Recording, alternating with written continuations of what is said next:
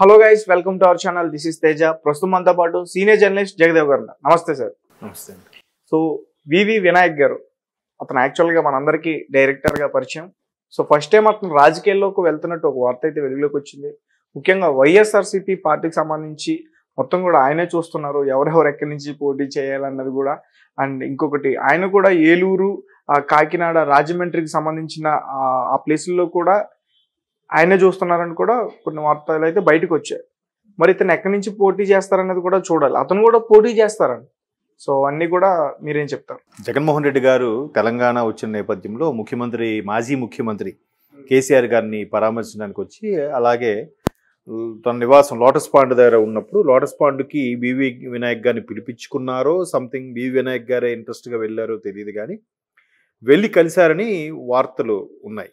But అందులో వాస్తవం ఎంత ఉందన్నది తెలియదు. కానీ ఇక్కడ ఏంటంటే వివి వినాయక్ అనే వ్యక్తి వెళ్ళడము, వివి వినాయక్కి రాజకీయాల్లో ఇంట్రెస్ట్ ఉందా, లేదంటే సినిమాలు తగ్గడం వల్ల, సినిమాలు చేయకపోవడం వల్ల రాజకీయాల వైపు మొగ్గు చూపిస్తున్నారా, లేదా ప్రతి వ్యక్తికి కూడా కొంత జీలు ఉంటుంది. అంటే మామూలుగా ఎంత సంపాదించినా, బిజినెస్ చేసినా, లేదంటే సినిమాల్లో చాలా వరకు క్రేజ్ సంపాదించుకున్నా కొంత స్టేజ్ వచ్చాక రాజకీయాల్లోకి వెళ్ళాలి, అధ్యక్ష అని అనాలి, లేదా ప్రజలకు సేవ చేయాలి, ఒక ఫెమిలియర్గా ఉండాలి అనే కొన్ని థాట్స్ ఉంటాయి కొందరికి.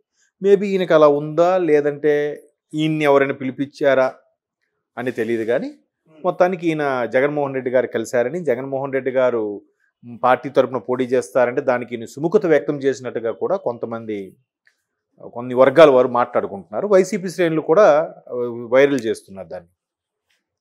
అయితే ఈయన వెస్ట్ గోదావరి, ఒకప్పుడు ఉమ్మడి వెస్ట్ గోదావరి సంబంధించి ఏలూరు దగ్గర ఒక పల్లెటూరు ఈయన.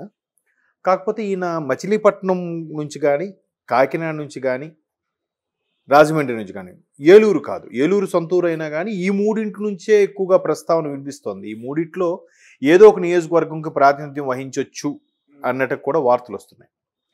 మేబీ ఆయన ఇంట్రెస్ట్ అవ్వచ్చు, లేదంటే వాళ్ళు అడిగారు కాబట్టి సరే మనకు కూడా అవకాశం వచ్చింది కదా ట్రై చేద్దాం, గెలుపు ఓటములు తర్వాత విషయం, కానీ ఒక ప్రయత్నం అయితే చేద్దాం, ఒక రాయి విసురుద్దాం అన్నట్టుగా ఉంటుంది కదా.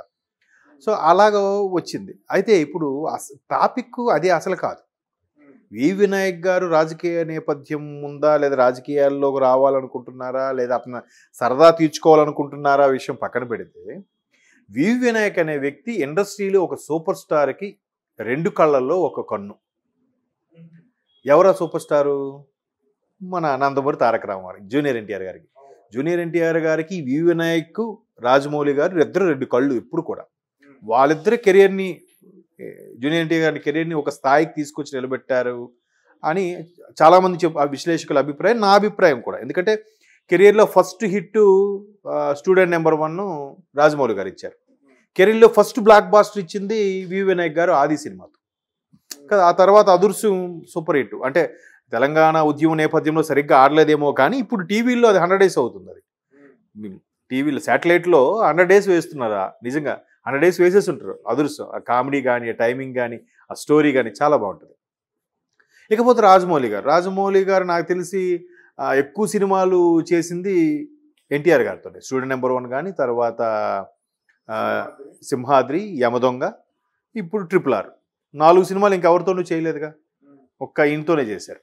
సో రాజమౌళి, వి వినాయక్ అంత ఇంపార్టెంట్ గల వ్యక్తులు. అయితే ఇప్పుడు ఈయన వి వినాయక్ గారు అయితే గీతే ఎన్టీఆర్ గారు ద్వారా టీడీపీలోకి వచ్చి పోటీ చేస్తారు, కానీ వైసీపీలోకి వెళ్ళి చేయడం ఏంటి అనేది ఇప్పుడు చాలామందికి క్వశ్చన్ మార్క్.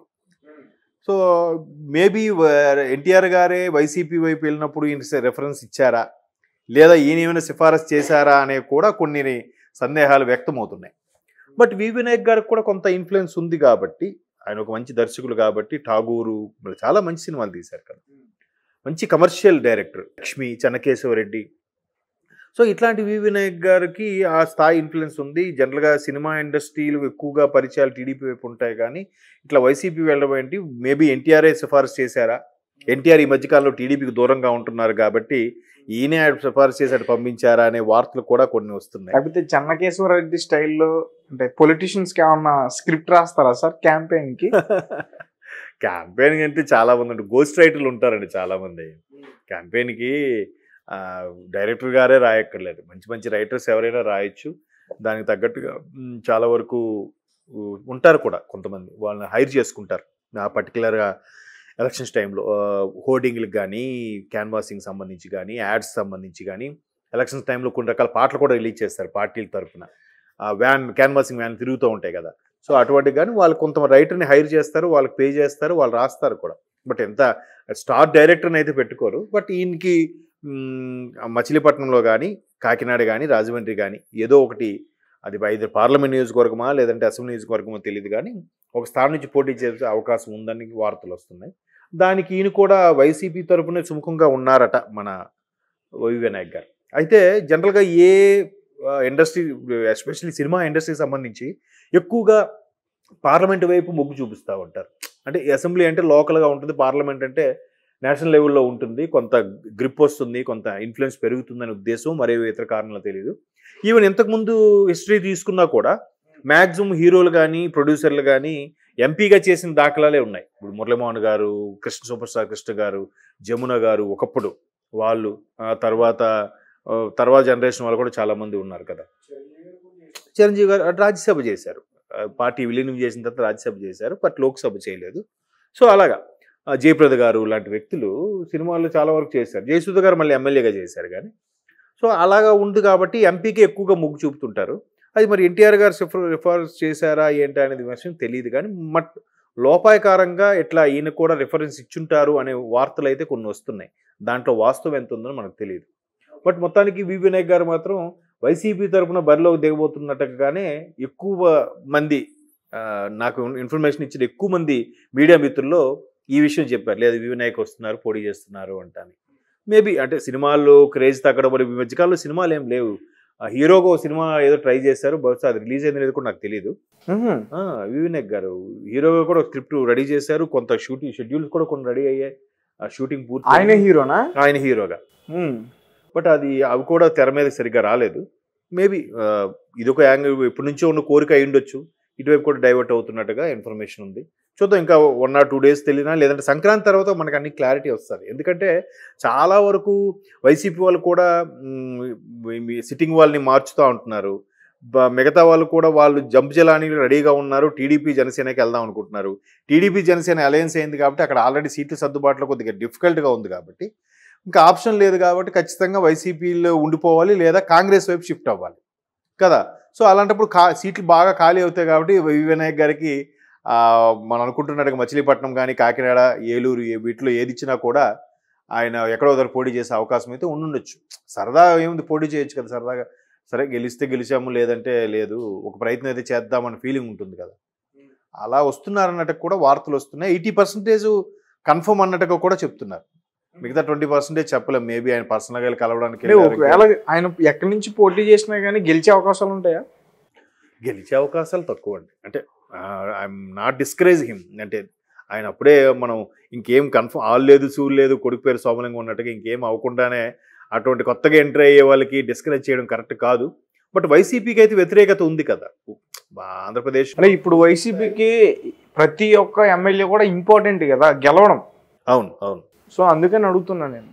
అంటే వీళ్ళు కూడా 90 మంది వరకు మార్చేసి మ్యాక్సిమం ఎవరు గెలుస్తారా, సరే వివి వినాయక్ మంచి వ్యక్తి కదా, ఇప్పుడు ఆయన జనరల్గా వాళ్ళ ఊరికి కానీ, లేదంటే ఊర్లు చుట్టుపక్కల కొన్ని విలేజ్లకు కానీ కొన్ని రకాల ఇండైరెక్ట్గా ఈ వినాయక చవితి వచ్చినా, లేదంటే విజయదశమి లాంటివి ఏమైనా వచ్చినప్పుడు సరదాగా వాళ్ళకి కొంత డొనేషన్లు అవి ఇవ్వడం, ఆయన ఒక కొన్ని కార్యక్రమాలు చేయించడం, నిడదవోలు ఆ సరౌండింగ్స్లో కూడా చేపిస్తుంటారట ఆయన ఎక్కువగా. అంటే నేను ఎవరో మిత్రులు చెప్తే విన్నాను. సో అట్లా ఉన్నప్పుడు ఆ పర్టికులర్ ఏరియాలో కొంతమంది సరే ఇప్పుడు ఇద్దరిని నిలబెట్టినప్పుడు అబ్బా ఈడు వేస్ట్, వివి వినాయకే బెటర్ కదా అనుకున్నప్పుడు అక్కడ పార్టీ కాకుండా మనిషికి చూశారనుకోండి, మనిషికి చూసినప్పుడు మనిషికి ఓటేసి ప్రాధాన్యత గెలిచే అవకాశం ఉంటుంది కదా. అలా కాకుండా ఇప్పుడు తెలంగాణలో కామారెడ్డిలో సిచ్యువేషన్ ఏంటి, రేవంత్ రెడ్డి గారు కేసీఆర్కి ఇద్దరు ఉద్దండులు పోటీ చేసేసరికి మధ్యలో ఉన్న వెంకటరమణారెడ్డి గారు గెలవలే, జస్ట్ 5,000 ఓట్ల తేడాతో గెలిచారు కదా. సో అలా కూడా ఇతను అక్కడ టీడీపీ వాళ్ళు పవర్ఫుల్గా ఉండి వైసీపీ వాళ్ళు కూడా కొంచెం పవర్ఫుల్గా మంచి లీడర్ అనుకోండి, ఇన్ కేస్ మ్యాక్సిమం ఛాన్స్ లేదు ఉన్నప్పుడు, వాళ్ళిద్దరికి మంచి పవర్ఫుల్గా ఉన్నప్పుడు మూడో వ్యక్తి ఈయన గెలవచ్చేమో కదా. అదే సారీ టీడీపీ కానీ ఇంకా వేరే ఇండిపెండెంట్గా ఎవరు ఉన్నప్పుడు ఈయన వైసీపీ తరపున కాబట్టి ఈయన గెలిచి వచ్చేమో కదా అలాంటి రేర్ కేసుల్లో. అలా కాకుండా నేను కూడా ఒకసారి పోటీ చేశాను గెలిచామని చెప్పుకోవడానికి కూడా ఉంటుంది కదా, అట్లా కూడా కొంతమంది ఆలోచిస్తూ ఉంటారు. మేబీ గెలుస్తారని మాత్రం క్వశ్చన్ మార్కే. ప్రయత్నం అయితే చేస్తారు కొంతమంది.